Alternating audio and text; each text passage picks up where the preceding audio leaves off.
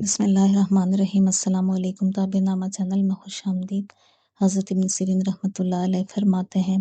اگر خواب میں دیکھے اس کو چھینک آئی ہے اور اس نے الحمدللہ کہا ہے، اگر بیمار ہے تو اس کو طبیب کی ضرورت ہوگی، اور اگر تندرست ہے تو اس کی کوئی مراد پوری ہو جائے گی، اور اگر دیکھے کہ 3 چھینکیں آئی ہیں تو خوشی اور نیکی پر دلیل ہے،